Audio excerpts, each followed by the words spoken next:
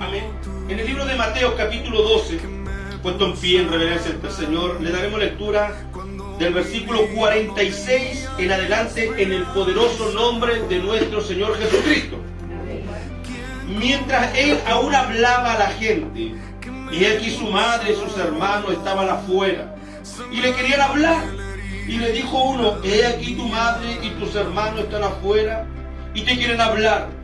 Respondiendo él al que le decía esto, dijo: ¿quién es mi madre y quiénes son mis hermanos?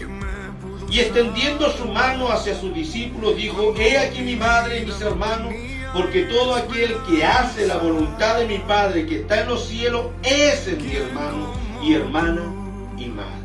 Dios añada bendición a nuestra vida a través de esta palabra. Tome asiento ya. Se oró por el predicador.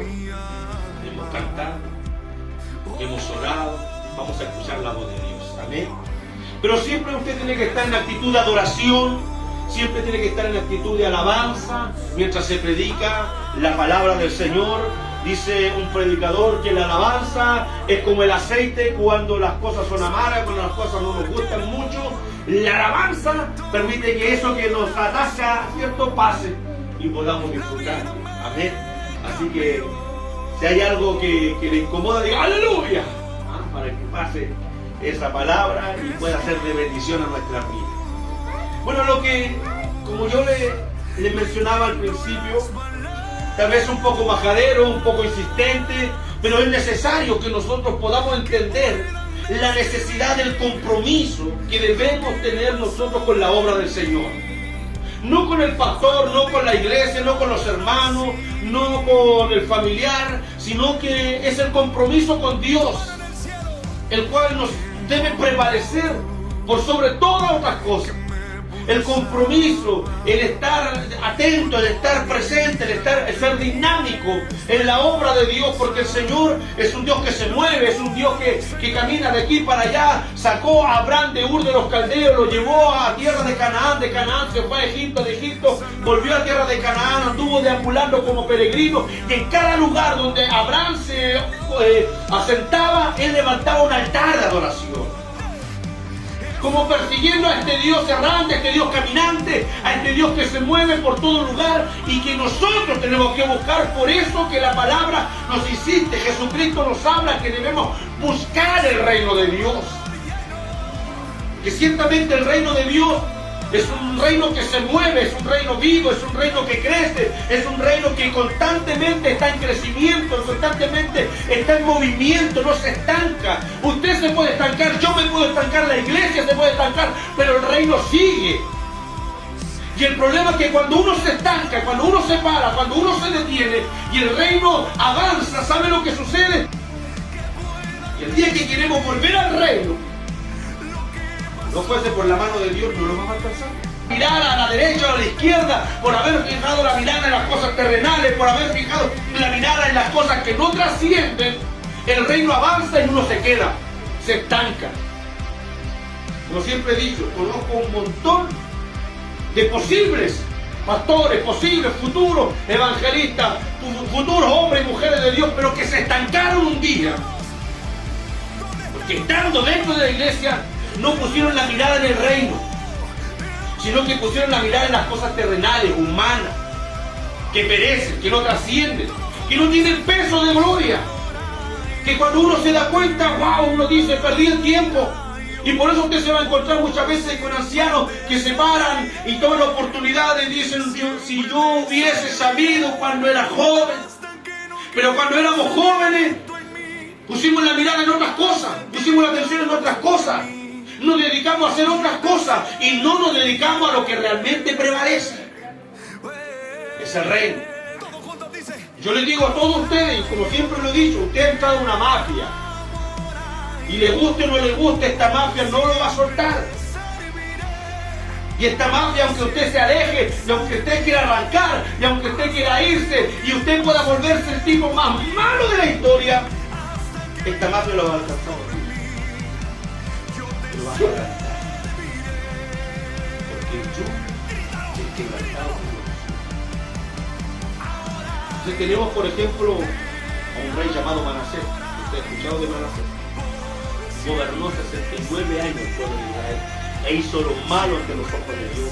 Un hombre que pervertió el culto, que introdujo la idolatría, que introdujo el paganismo. Un hombre que hizo más mal que todos los otros reyes de Israel. Peor que acá, peor que los otros que introdujeron el politeísmo dentro del pueblo de Israel.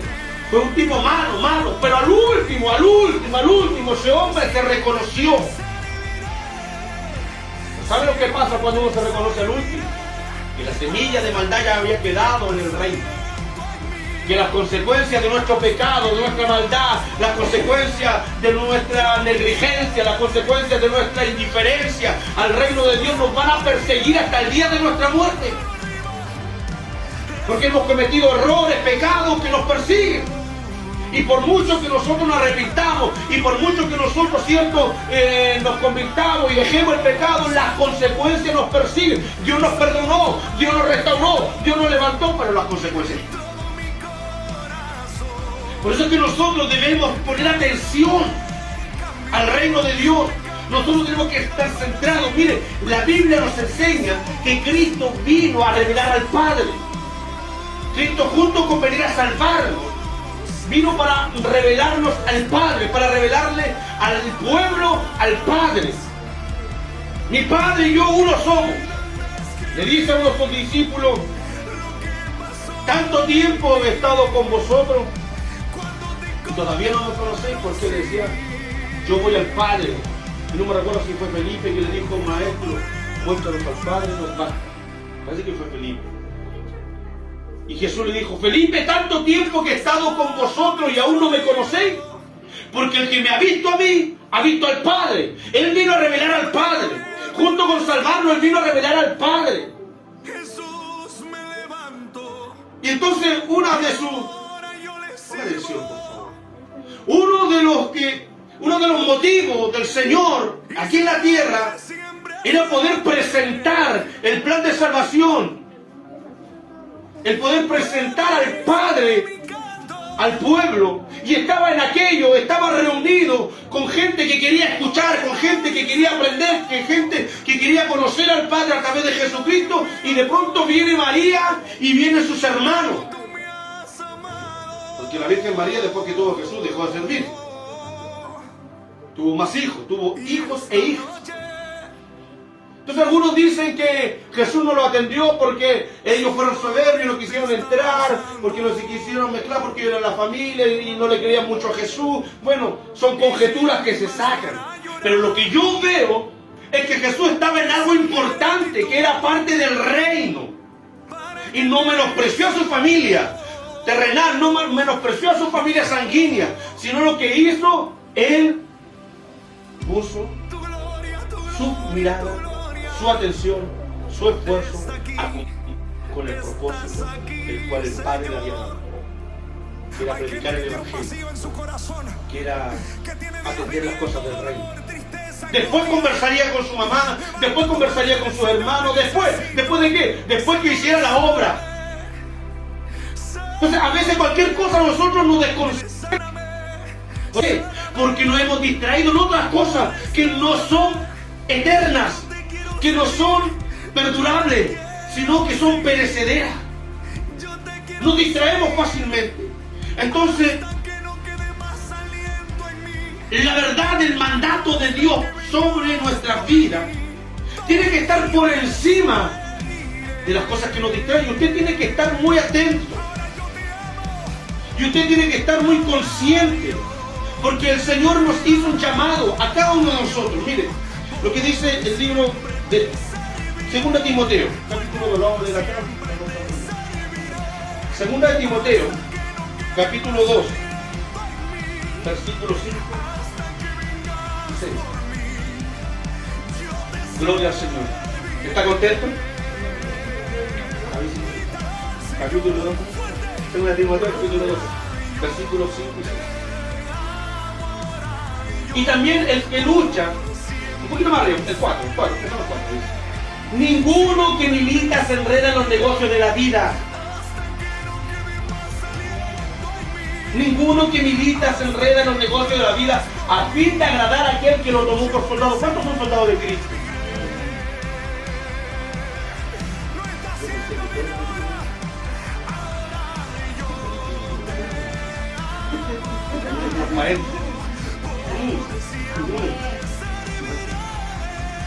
De nuevo el 4, por favor.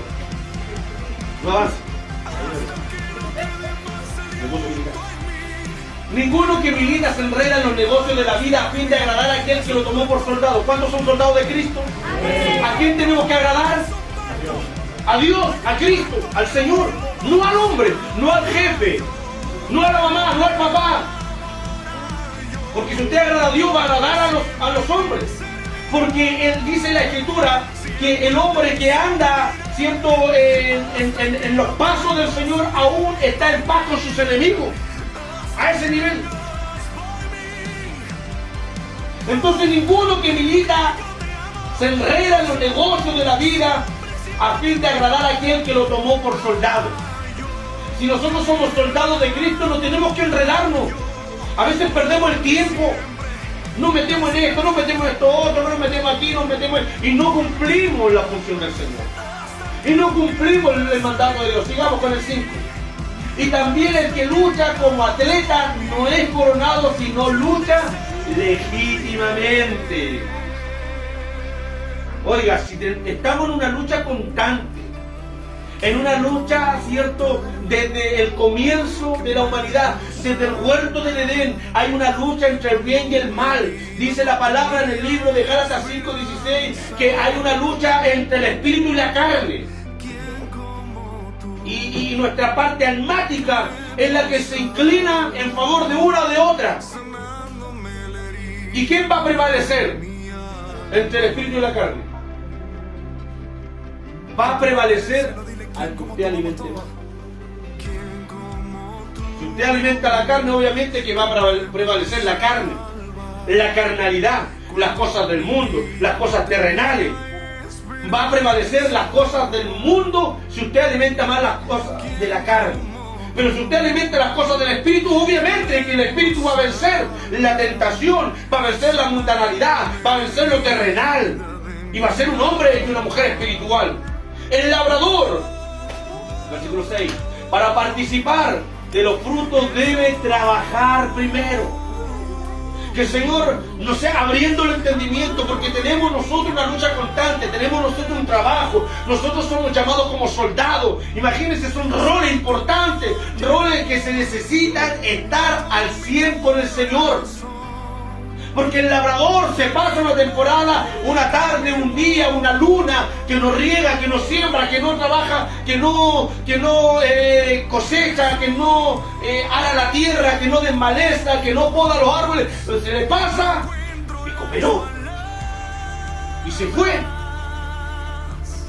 Por eso el labrador, el trabajo es constante. El soldado siempre tiene que estar atento, porque estamos en una batalla, siempre lo he dicho, estamos en una batalla sin cuartel. Y el diablo, ¿qué es lo que quiere? Que usted crea que no pasa nada. Hasta el punto, no pasó nada. Hasta un día del punto, no pasó nada. No vino la oración, no pasó nada. No se notó con la ayuno, no pasó nada. Eso quiere el diablo, que usted crea que no pasa nada. Pero sí pasa algo. Porque usted no está alimentando las cosas del espíritu. Usted se anotó la oración y no oró, no pasó nada. Pero un día va a pasar. Y cuando pase, lamentablemente, si usted sembró para la carne, de la carne que se cosecha, corrupción y muerte. Corrupción y muerte. O sea, el día del pago, yo no sé si será mañana, en una semana, en un mes, no sé si será en años, no sé si será al final de los tiempos, no lo sé, pero llegará un día en donde Dios nos va a recompensar a cada uno según su obra. Por favor, Filipenses, capítulo 3, mi hermano. Felicitamos a la producción hoy día. Filipenses, capítulo 3, 12. Empecemos un poquito más lento. Pero empecemos en el 1, porque miren lo que dice el 1. Porque yo digo, aunque sea rutinario, aunque sea majadero este mensaje, lo voy a predicar de nuevo. Por lo demás, hermanos, gozaron el Señor. A mí no me es molesto el escribir las mismas cosas y para vosotros es seguro. Si yo repita esto, que yo le entregue este mensaje. Había una vez un pastor nuevo, usted sabe que en Estados Unidos, en los países desarrollados, a los pastores los contratan. Y trabajan por contrato y le pagan su sueldo. Y eso le da derecho a la iglesia, que si no le gusta el pastor o tienen diferencia con el pastor, lo pueden despedir y contratar a otro pastor. Tienen algunos contratantes para despedir.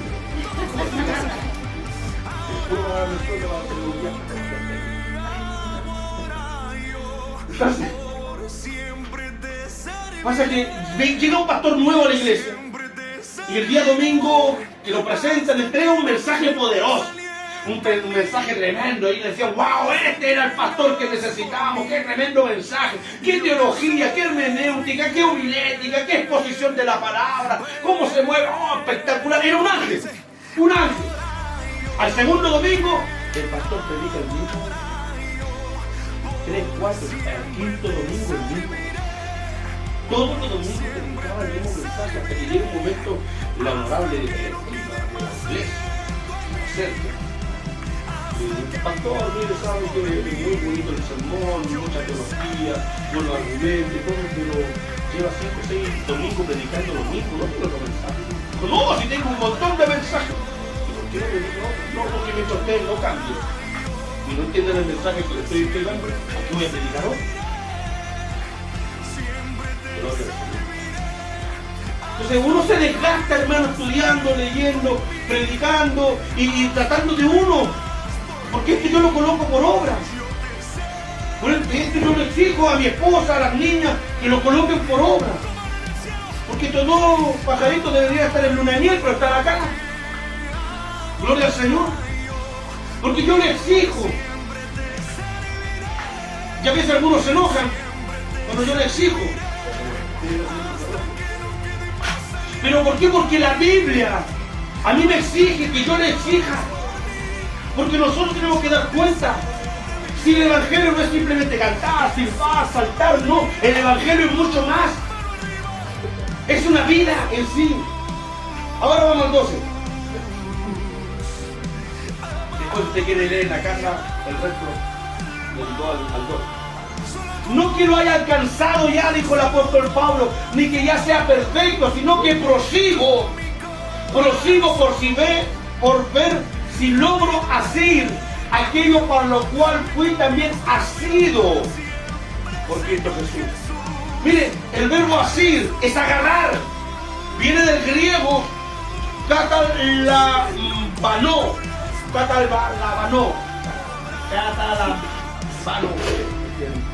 Mi griego está bueno. Es de agarrar con fuerza. Pero miren, lo que significa esto, no que lo haya alcanzado. Vamos al 13. Hermano, yo mismo no pretendo ya haberlo ya alcanzado, pero una cosa hago, olvidando ciertamente lo que queda atrás y extendiéndome a lo que está delante. El apóstol Pablo, cuando usted lee la conversión de Pablo en el libro de los Hechos capítulo 9, usted sabe de que Pablo iba detrás de la iglesia. Era un perseguidor de la iglesia. Era un hombre que iba detrás de la iglesia persiguiendo para destruirla, para matarla. Era un perseguidor de cristianos. Él tenía carta, jurisdicción, no solamente en Jerusalén, sino también en Damasco. Aún acá en Damasco, dice Ananías, este hombre tiene poder para encarcelar a los que siguen a Jesús. Pero lo que él no sabía, que mientras él perseguía a la iglesia, Jesús lo perseguía a él. Y antes de entrar a Damasco, Jesús lo alcanzó, vino una luz, lo botó al suelo. Algunos dicen que iba a caballo, otros dicen que iba a pie, no tengo idea, pero lo que sé es que lo botó al suelo. La luz de Cristo lo botó al suelo. Y escuchó una voz, le dijo, Saulo, Saulo, escuche bien, ¿por qué me persigue? Olvidando ciertamente, prosigo la meta al premio del supremo llamamiento de Dios en Cristo Jesús. O sea, el que era perseguidor El que perseguía a la iglesia era perseguido por Cristo. Cristo lo alcanza. Ahora él prosigue, o sea, persigue a Cristo, pero ahora no para exterminarlo, no para matarlo, no para prenderle, sino para identificarse, para el supremo llamamiento, para alcanzar el reino de Dios. Él era un perseguidor de la iglesia, era un perseguidor de Jesús, porque le dice: Saulo, Saulo, ¿por qué me persigues? ¿Quién eres, Señor? Yo soy Jesús, a quien tú persigues. ¡Wow! Lo perseguía, pero ¿para qué? Para matarlo. Ahora, ¿qué es lo que hace? Él lo persigue, pero ¿para qué? Para alcanzar el supremo llamamiento.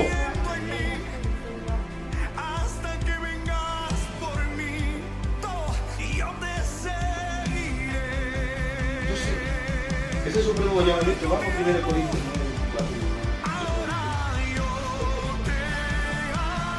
9:24. 1 Corintios 9:24.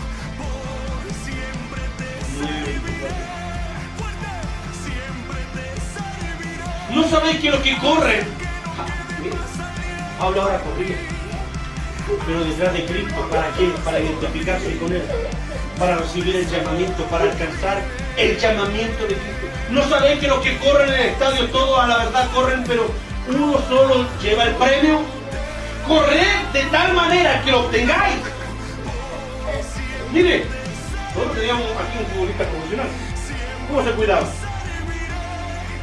¿Sí o no? Escuchaba las noticias que 2 pajaritos profesionales andaban jugando la pelota por allá por Maipú, en los Pichancas de Barrio, y los dejaron fuera del clásico de mañana, Colo-Colo con la U. Porque se descuidaron, porque no siguieron la profesión como tenían que seguirla. Hombres exitosos como Alexis Sánchez, es un hombre que se dedica, Thierry Henry, un legendario del Arsenal de Inglaterra, cuando vio a Alexis Sánchez y lo fue a visitar, dice: me voló los sesos. ¿Por qué? Porque después del partido, después de haber jugado, después de haberse entregado por entero en la cancha, el hombre tendría que estar en la piscina, en el jacuzzi, en la cama, acostado, descansando, pero no, él entró a su departamento y Alexis Sánchez estaba arriba de la bicicleta haciendo ejercicio, porque él tenía un propósito. Nada lo distrae. Y cuando lo distrajo una falta por ahí, le fue mal en el mar. ¿Sí o no? Eso nos pasa cuando te distrae una falta, cuando te distrae un negocio, cuando te distraen las cosas del mundo.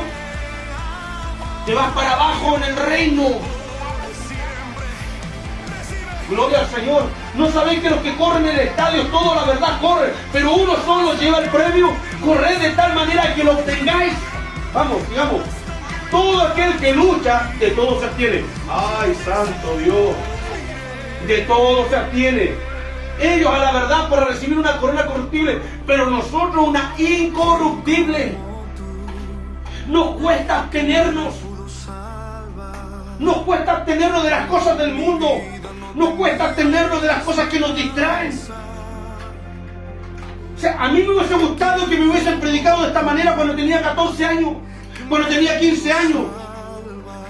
No menosprecio a los antiguos, pero de verdad que a mí nos infundieron un evangelio totalmente distorsionado. Porque nos metieron dentro de una jaula, nos metieron dentro de un lugar ahí, nos acorralaron entre 4 paredes y listo. No nos dejaron crecer. Y después cuando salimos de la iglesia vimos el mundo. Entonces tenemos que nosotros entender, hermano, que todo aquel que lucha, de todo se abstiene. Ellos a la verdad para recibir una corona corruptible, pero nosotros una incorruptible. Vamos al 26. Así que yo de esta manera corro, no como a la aventura, porque tengo claridad, hermano. Tenemos que tener claridad. ¿Saben por qué? La gente no se compromete con Dios porque no tiene claridad.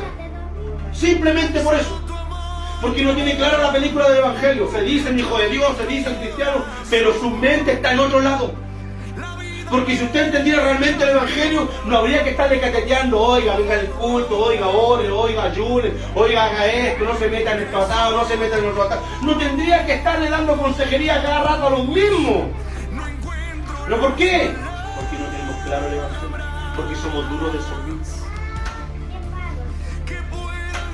La iglesia es grande, lamentablemente, están llenos de seguidores, simplemente de creyentes, pero Dios necesita discípulos. Discípulos.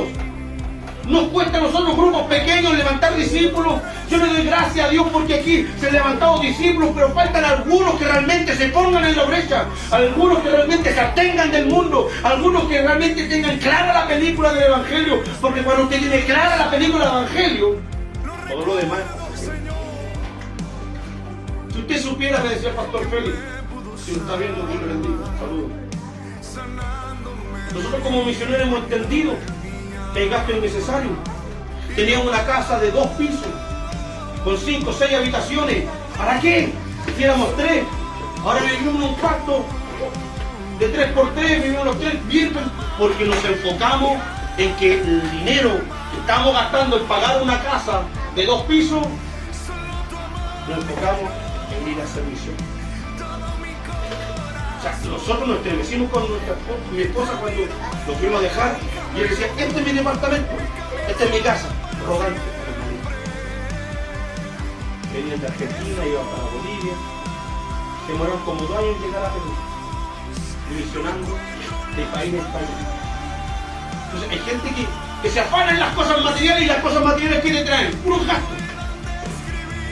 Ahora con el tiempo yo digo, ¿qué sacas con tener una casa en la playa? ¿Qué sacas con tener una casa en el campo? ¿Qué sacas? Si no vas a vivir allá va a ser un gasto de más. Ahora, si yo me voy a vivir al campo, me voy y me compro una casa en el campo, porque voy a vivir en el campo. Pero aquella gente que quiere tener casa en la playa, en la nieve, en todos lados, ¿para qué?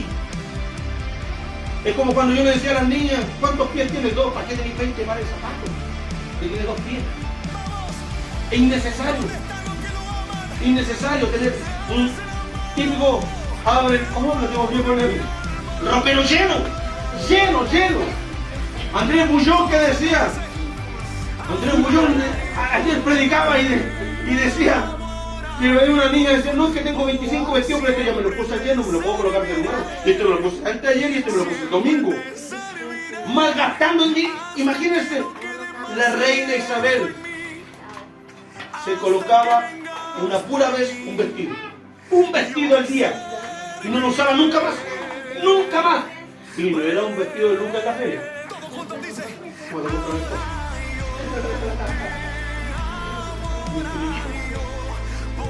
Sino que eran de miles de euros, y lo usaban puro.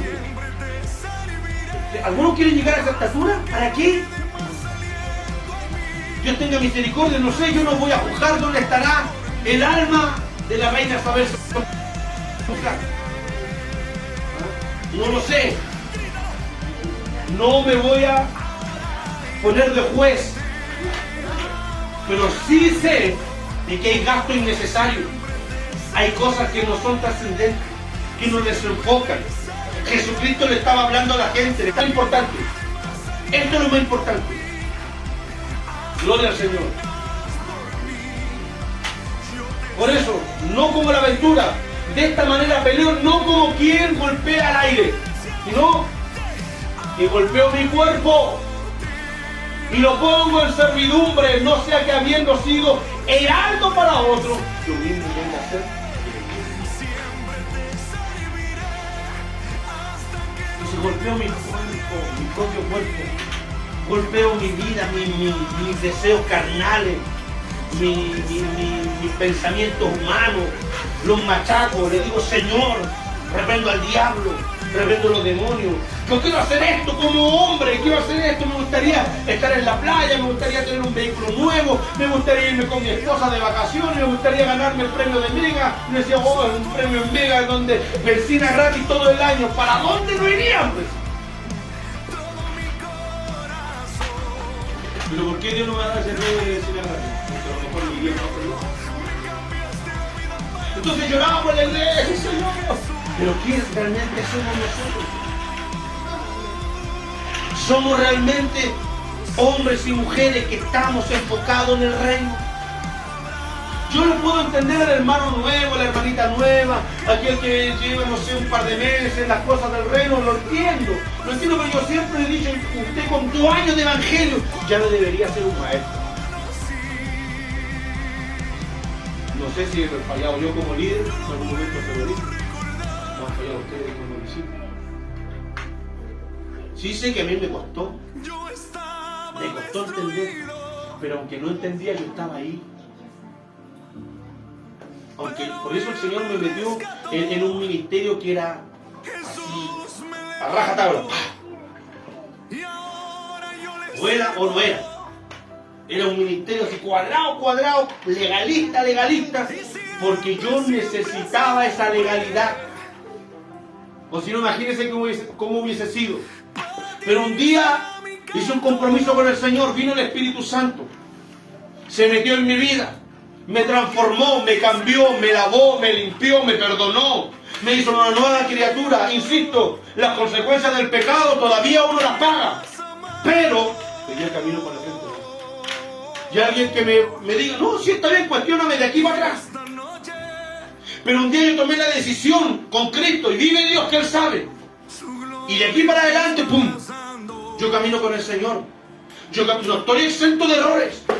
No estoy exento de falta ni de pecado, pero sí evito la transgresión. ¿Sabe lo que es la diferencia entre pecado y transgresión? Pecado es cerrar el blanco. Es querer hacer lo bueno y no hacerlo.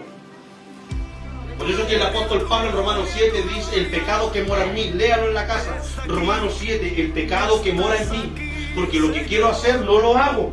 Y si no hago lo que quiero hacer y hago lo que está en mi cuerpo, es la ley del pecado la que me manda. Porque yo tengo la intención, con la mente alabo a Dios, pero termino haciendo la voluntad de la carne. Yo quiero, sí, yo quiero.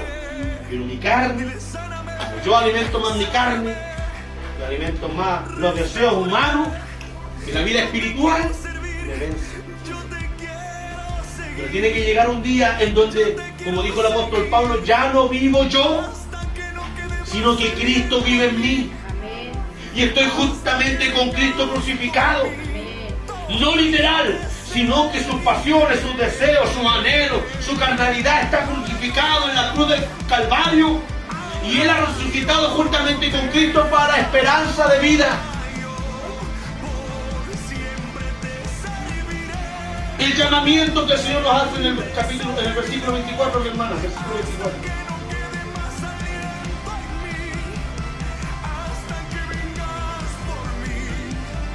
Ese premio que el Señor tiene es el llamamiento de estar en el reino de Dios, estar inserto en el reino del Señor. Necesitamos nosotros enfocarnos en el reino. Basta ya de ser niños fluctuantes. Basta ya de ser nubes sin agua. Basta ya de ser higueras sin fruto, hermano. Tenemos que nosotros empezar a dar fruto. Tenemos que empezar a madurar, a crecer. No podemos vivir indiferente toda la vida a las cosas del reino. Porque un día tendremos que dar cuenta.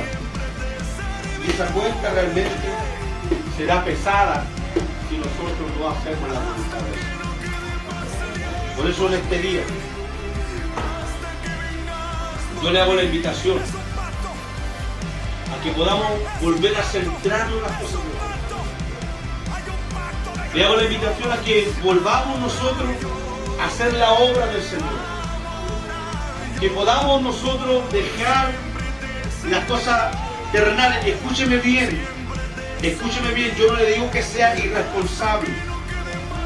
Pero así, como siempre he dicho, así como usted se desgasta en las cosas del mundo, usted tiene que desgastarse mayormente en las cosas del mundo. Si usted tiene tiempo para las cosas terrenales, tiene que tener más tiempo para las cosas terrenales.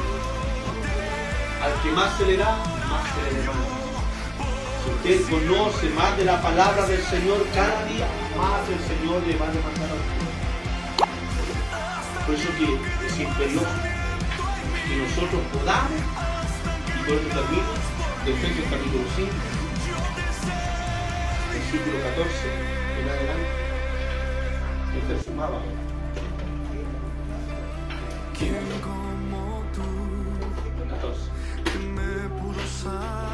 Por lo cual dice: despiértate tú que duermes y levántate de los muertos y te alumbrará Cristo. Mirad pues con diligencia cómo andéis, no como necios, sino como sabios, aprovechando, esto es tremendo, viene el tiempo. Apaga la tele, apaga el celular, apaga el computador, apaga el PlayStation. Aprovecha bien el tiempo porque los días son malos. Por tanto, no seáis insensatos, sino entendidos de cuál sea la voluntad del Señor. ¿Sabe por qué la gente no tiene compromiso? Porque es insensata. Porque no sabe cuál es la voluntad del Señor. Por eso no se compromete con nada ni con nadie. Es lamentable ver gente sin compromiso en nada. Solamente con sus intereses personales, solamente con ellos mismos, egoísmo puro. ¿Por qué no oran? ¿Por qué no ayunan? Porque hay que tener tiempo. Pero el tiempo lo tienen para ellos y no para Dios. Aprovechando bien el tiempo porque los días son malos. Por tanto, no seáis insensatos, sino entendidos de cuál sea la voluntad del Señor. No os embriaguéis con vino en el cual hay disolución, antes bien ser llenos del Espíritu. Ayer decía una gran verdad en la iglesia, donde visitaba.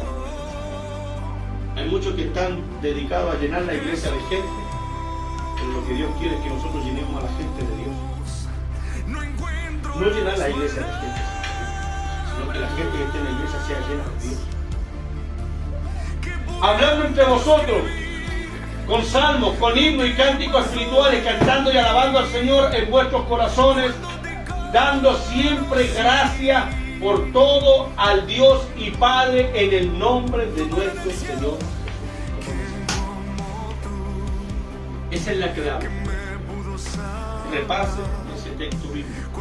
Efesios capítulo 5, del 14 al 20. Repase, estudie. Esa es la clave para ser lleno del Espíritu Santo.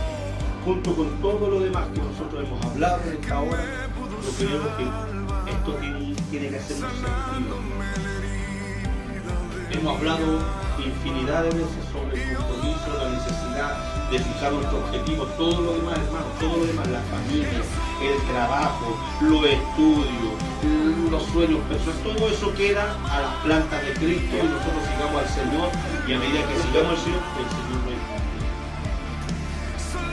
Porque si usted se encarga del Señor de la obra,